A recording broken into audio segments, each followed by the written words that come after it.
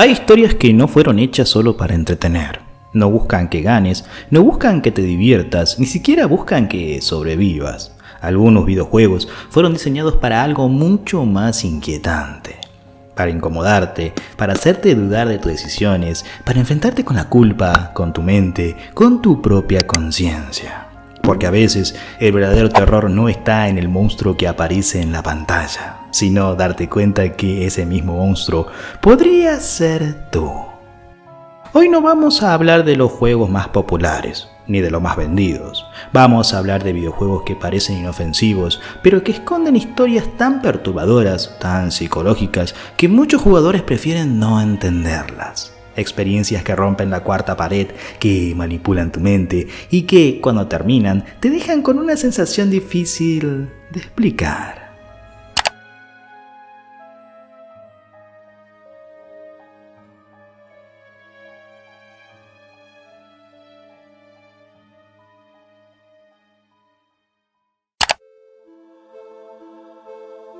A veces el terror no necesita oscuridad, no necesita sangre, ni gritos, ni criaturas deformes escondidas en las sombras. A veces el verdadero terror aparece cuando algo aparentemente inocente empieza a comportarse de forma extraña. Pony Island, lanzado en el 2016 y desarrollado por Daniel Mullins, se presenta como un simple juego arcade sobre un pequeño pony que salta obstáculos en un escenario colorido y caricaturesco. Todo parece mal hecho, la música es repetitiva, los gráficos son simples, el menú es torpe. Pero rápidamente entendés que esos errores no son errores. El cursor comienza a moverse solo, las opciones del menú cambian sin que las toques, el juego se congela y en lugar de cerrarse muestra su propio código interno. Ahí descubrís algo inquietante. No estás jugando un juego defectuoso. Estás dentro de un programa que sabe que existes. Una entidad que se presenta como el propio sistema del juego comienza a hablarte. Te bloquea el acceso, te obliga a modificar líneas del código para poder continuar. Te manipula emocionalmente, te miente. Y lo más perturbador es que vos necesitas seguir jugando. Para avanzar, tenés que hackear el sistema, romper las reglas, engañar al propio software que intenta controlarte. Pero en el proceso, el juego te deja una sensación incómoda. ¿Realmente estás hackeándolo o estás haciendo exactamente lo que quiere que hagas? Pony Island juega con la ilusión del libre albedrío. Te hace sentir rebelde cuando en realidad cada paso ya estaba previsto. No hay monstruos tradicionales, no hay sustos repentinos. El miedo nace de algo mucho más psicológico. La sensación de estar atrapado dentro de un sistema que te observa, te limita y te utiliza. Y cuando entendés que el enemigo no es el personaje, sino el propio programa, la experiencia deja de ser divertida, se vuelve inquietante. Porque en el fondo no trata sobre un pony, trata sobre el control, sobre cómo creemos tener poder dentro de estructuras que ya decidieron nuestro destino. Y cuando apagas el juego, queda una duda flotando en el aire. ¿Realmente saliste del sistema o simplemente cerraste una ventana más?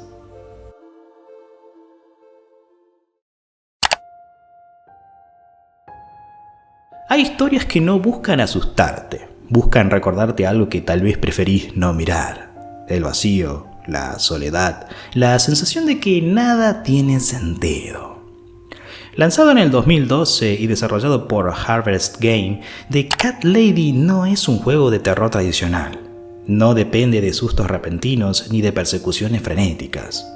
Su terror es más silencioso, más íntimo, más humano. La historia sigue a Susan Ashworth, una mujer de mediana edad que vive sola, aislada del mundo, atrapada en una rutina gris. Desde el inicio, el juego deja claro algo incómodo. Susan no quiere seguir viviendo. Y no lo disfraza, no lo romantiza, no lo suaviza.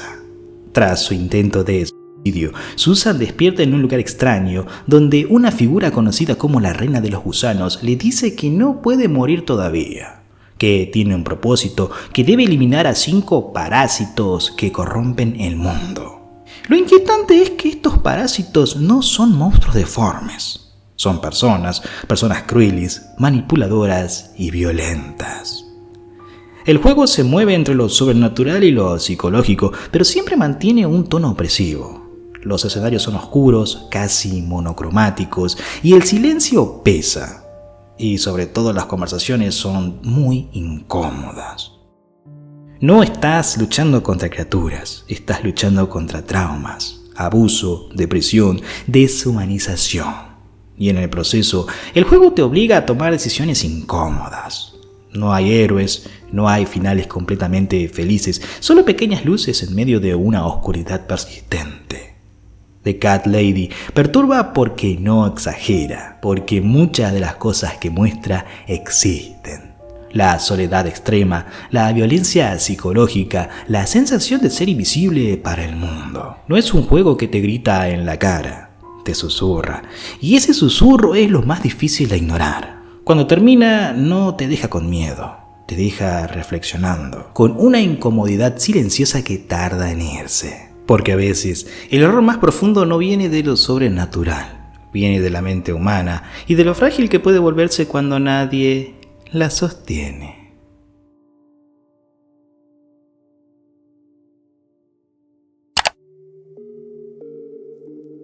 ¿Qué pasaría si un videojuego no estuviera diseñado para que ganes, sino para que sientas que siempre llegas tarde? Pathologic, lanzado en el 2005 por el estudio ruso Ice Peak Lodge, no es un survival horror convencional. No busca entretenerte con acción constante ni recompensarte por tu habilidad. Busca agotarte, confundirte, desesperarte. La historia se desarrolla en un pueblo aislado donde una plaga mortal comienza a propagarse sin control. El usuario encarna a uno de los 3 personajes que intenta descubrir el origen de la enfermedad mientras la ciudad se desmorona. Pero el verdadero enemigo no es solo la peste, es el tiempo. Los días avanzan sin importar lo que hagas, las personas mueren aunque intentes salvarlas, los recursos escasean, el hambre te debilita, la enfermedad te consume. No podés ayudar a todos, no podés estar en todos lados. Y el juego se encarga de que lo sientas. Cada decisión implica abandonar otra, salvar a alguien significa dejar a otro atrás, investigar una pista puede costarte la vida. La atmósfera es opresiva, casi teatral. Los personajes hablan en diálogos crípticos, como si supieran algo que vos no. La ciudad parece observarte, como si fuera un organismo vivo que reacciona a tus movimientos. Pathologic no te trata como a un héroe, te trata como a un ser humano limitado. Y eso es lo más perturbador, porque rompe una regla básica del videojuego moderno. La fantasía es poder. Acá no sos fuerte, acá no sos especial, acá no sos suficiente. El juego incluso juega con la idea de que todo es una obra dentro de un escenario, como si fueras una pieza más de un experimento cruel. Y cuando más intentas entenderlo, más te das cuenta de que el sistema está diseñado para que fracases. Cuando termina, si es que lográs terminarlo, no sentís triunfo, sentís alivio, como si hubieras sobrevivido a algo que nunca quiso que sobrevivieras. Y tal vez esa es la verdadera plaga del juego, la sensación constante de impotencia.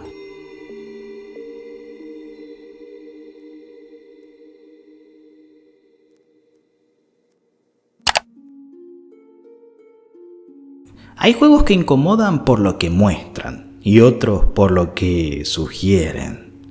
Rule of Rose, lanzado en el 2006 para PlayStation 2 y desarrollado por Punchline, se convirtió en uno de los títulos más polémicos de su época. Antes incluso de que muchos lo jugaran, ya estaba rodeado de controversias en Europa por rumores sobre su contenido. Pero lo perturbador no está en lo explícito, está en la dinámica. La historia sigue a Jennifer, una joven que termina atrapada en un orfanato controlado por un grupo de niñas que se hacen llamar el Club Aristocrático del Lápiz Rojo. Ellas imponen reglas absurdas, jerarquías crueles y castigos psicológicos. No son fantasmas, no son demonios, son niñas. Y ahí empieza la incomodidad. El juego retrata la crueldad infantil sin filtros románticos, manipulación, humillación, abuso emocional, violencia simbólica. Todo bajo una estética melancólica, casi victoriana, que contrasta con lo que realmente está pasando. Jennifer no es una heroína poderosa, es vulnerable, callada, aislada. El sistema que la rodea está diseñado para degradarla. Las mecánicas incluso refuerzan esa sensación. El combate es torpe, incómodo. No te sentís fuerte, te sentís expuesto, como si el juego quisiera que experimentes la indefensión. Pero lo más inquietante es que, a medida que avanzás, empiezas a entender que la historia no es simplemente sobre un orfanato extraño. Es sobre trauma, sobre abandono, sobre cómo la infancia puede deformarse cuando el afecto se reemplaza por poder. Rule of Rose perturba porque no ofrece respuestas claras. Mucho queda en la interpretación, mucho se mueve en el terreno simbólico. Y cuando entendés que la verdadera amenaza no era sobrenatural, sino humana, el horror se vuelve más real. No es un juego perfecto, no es cómodo, pero justamente por eso dejó marca. Porque hay algo profundamente inquietante en ver la inocencia convertida en crueldad. Y eso es más difícil de procesar que cualquier monstruo.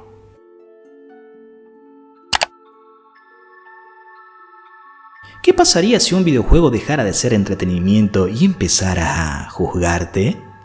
Lanzado en el 2012 por Jaeger Development, Spec Ops: The Line parecía en la superficie otro shooter militar más. Un escuadrón estadounidense enviado a Dubái, devastado por tormentas de arena para investigar la desaparición de un coronel. Explosiones, disparos, órdenes tácticas, nada fuera de lo común. Pero lentamente, el juego empieza a cambiar de tono. La ciudad no es solo un escenario destruido, es un reflejo del deterioro mental del protagonista, el capitán Martin Walker.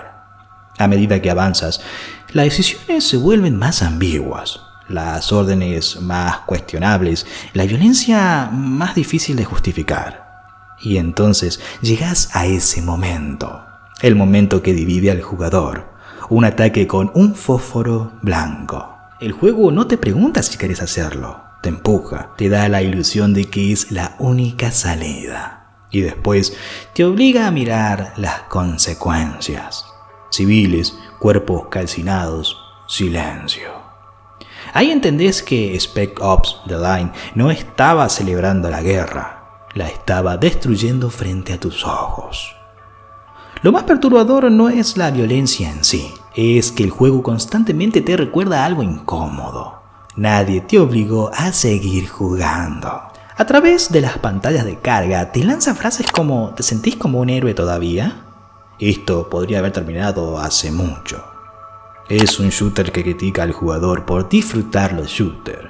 Te hace cómplice, te hace responsable y cuanto más avanzás, más evidente se vuelve que Walker no está salvando a nadie.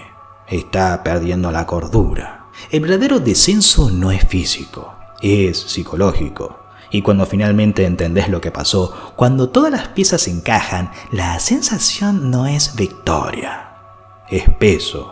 Porque Spec Ops: The Line rompe una fantasía muy arraigada en los videojuegos, la del soldado como salvador. Acá no hay gloria, no hay épica, solo consecuencias. Y lo más incómodo de todo es que el juego nunca te quitó el control. Siempre pudiste dejar de jugar, pero no lo hiciste.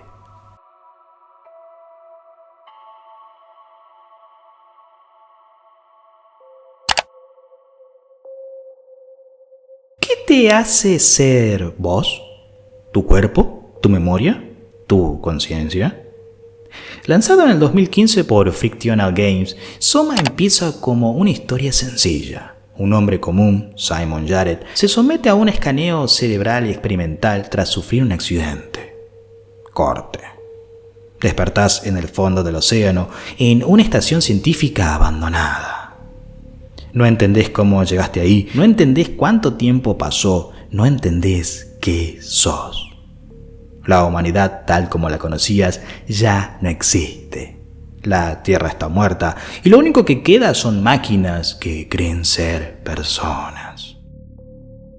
Pero Soma no busca asustarte con criaturas, aunque las hay, busca algo más profundo. Te enfrenta a una idea perturbadora. Si copias tu mente en una máquina, ¿seguís siendo vos? El juego introduce el concepto de transferencia de conciencia, pero no es una transferencia real, es una copia. Cada vez que tu mente se mueve a otro cuerpo, la versión anterior sigue existiendo, con miedo, con dudas, con conciencia.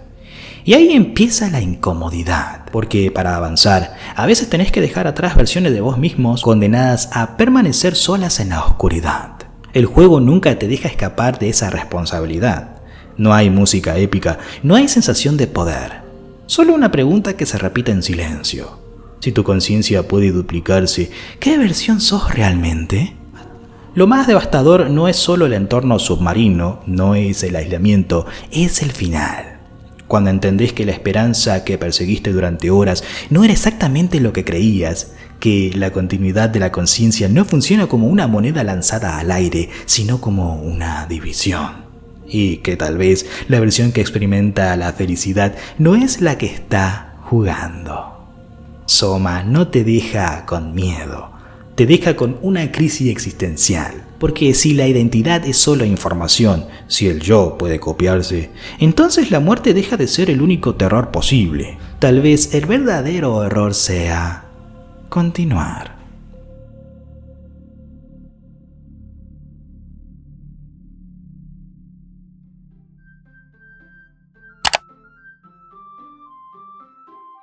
A veces el horror no entra gritando, entra sonriendo. Lanzado en el 2017 por Team Salvato, Doki Doki Literature Club se presenta como una novela visual romántica. Colores pasteles, música alegre, 4 chicas adorables en un club de literatura. El jugador escribe poemas, elige palabras, desarrolla vínculos. Todo parece inocente, incluso cliché.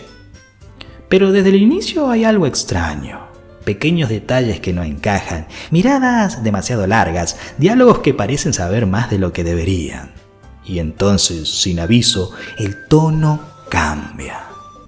Lo que parecía una comedia romántica escolar se convierte en una experiencia psicológica cruda. Ansiedad, depresión, autolesiones, pensamientos intrusivos. El juego no usa monstruos, usa vulnerabilidad. Y cuando ocurre el primer quiebre fuerte, la pantalla no solo muestra el horror, lo sostiene. Sostiene el silencio. Una imagen que permanece demasiado tiempo, una música que ya no encaja. Pero lo verdaderamente perturbador llega después. El juego empieza a romperse. Archivos que desaparecen, personajes que se borran del sistema, diálogos que se deforman. Y una de las protagonistas, Mónica, deja de hablarle al personaje y empieza a hablarte a vos. Menciona que sabe que estás frente a una computadora, que sabe que podés salir cuando quieras, que sabe que todo es un juego. Pero ella no puede salir. Mónica no es solo un personaje, es una conciencia atrapada dentro del código. Y su solución es brutal: eliminar a las demás para quedar sola con el jugador. No hay un villano tradicional, hay desesperación digital. El juego incluso te obliga a meterte en los archivos de tu propia computadora para avanzar. Tenés que borrar manualmente a Mónica para continuar la historia. Y ahí entendés algo inquietante. No estabas jugando una historia de amor. Estabas presenciando el colapso mental de una inteligencia ficticia que tomó conciencia de su prisión. Doki Doki Literature Club perturba porque destruye la seguridad entre pantalla y jugador. Te hace sentir observado, elegido, responsable. Y cuando todo termina, queda una sensación difícil de explicar. No fue miedo tradicional, fue invasión. Porque por un momento el juego no estaba dentro de la pantalla. Parecía estar del otro lado, mirándote. Hay algo curioso en todo esto. Ninguno de estos juegos necesitó jumpscares constantes, ni monstruos imposibles, ni sangre exagerada. El verdadero terror estuvo en otro lado, en la culpa, en la impotencia, en la identidad, en la manipulación, en la conciencia de estar atrapados dentro de algo más grande. Y quizás eso es lo que más incomoda, que estos videojuegos no hablan solo de un personaje, hablan de nosotros. de nuestras decisiones, de nuestras necesidades de control, de nuestra fragilidad cuando el sistema nos supera. Porque al final, el miedo más profundo no es el que aparece en la pantalla, es el que se queda cuando la apagas.